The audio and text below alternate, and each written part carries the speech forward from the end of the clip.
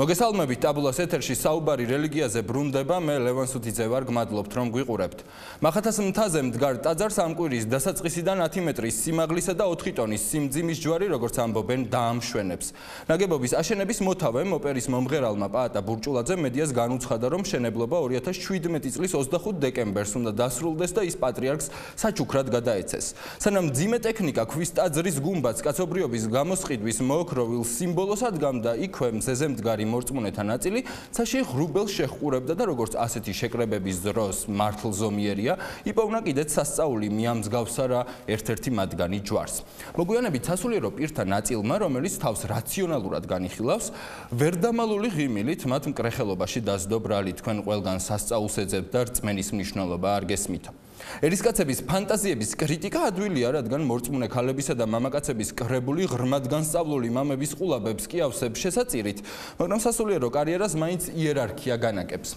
Აი ის იერარქია, რომელმაც ვინმე გულნარა კუკულაძის სიზმრის საფუძველზე ამ ტაძრის მშენებლობა წამოიწყო. დღეს აღარ საუბრობენ, მაგრამ მაინც შეგახსენებთ, როგორ დაიწყო ეს ყველაფერი. ქალბატონ გულნარა კუკულაძეს 2001 წლის 10 სექტემბერს ამერიკაში დატრიალებული ტრაგედიის წინა დღეს ივერიის ღვთისმშობლის ხატი გამოეცხადა და მოთხოვა თბილისში ვაზისუბნის დასახლებაში მახათას მთაზე მისთვის აშენებულიყო საყდარი. პატრიარქის ლოცვა კურთხევით მითითებულ ადგილზე აღიმართა ნიში, სადაც სისტემატურად დადიოდა მართლმადიდებელი მრევლი. მალევე ქალბატონი გულნარა დასიზმრებული ადგილიდან გააქრეს. ამპარტავანიაო და უკვე დღეს ქალბატონი კუკულაძის ჭექაქუხილი ბატონ ბურჭულაძეს ერგო. მოგეხსენებათ უხილავი მადლი ზოგჯერ სავსებით ხილული პოლიტიკური კაპიტალის ერთეულია. შესაძლოა ის მოგვიანებით საპრეზიდენტო კამპანიად გადახურდავდეს და კიდევ ერთი დიდი ტაძრის, კიდევ ერთ ქტიტორს გზა გაუკვალოს კიდევ ერთი სავარძლის დასაკავებლად.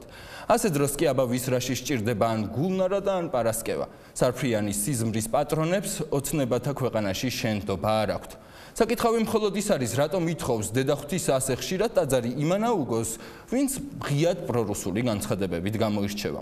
დღეს ჩვენ ამ თემაზე აღარ შევჩერდებით სტუმრად საქართველოს პარლამენტის დეპუტატი, კულტურისა და ძეგლთა დაცვის ყოფილი მინისტრი გოკა გაბაშვილი გვყავს, მასთან ერთად შევეცდებით ავხსნათ, როგორ იყენებს კრემლი ერთმორწმუნეობის პოლიტიკას ქართული საზოგადოების წინააღმდეგ და ქსენოფობიის გაღვივების რა რისკები არსებობს წინასაარჩევნოდ.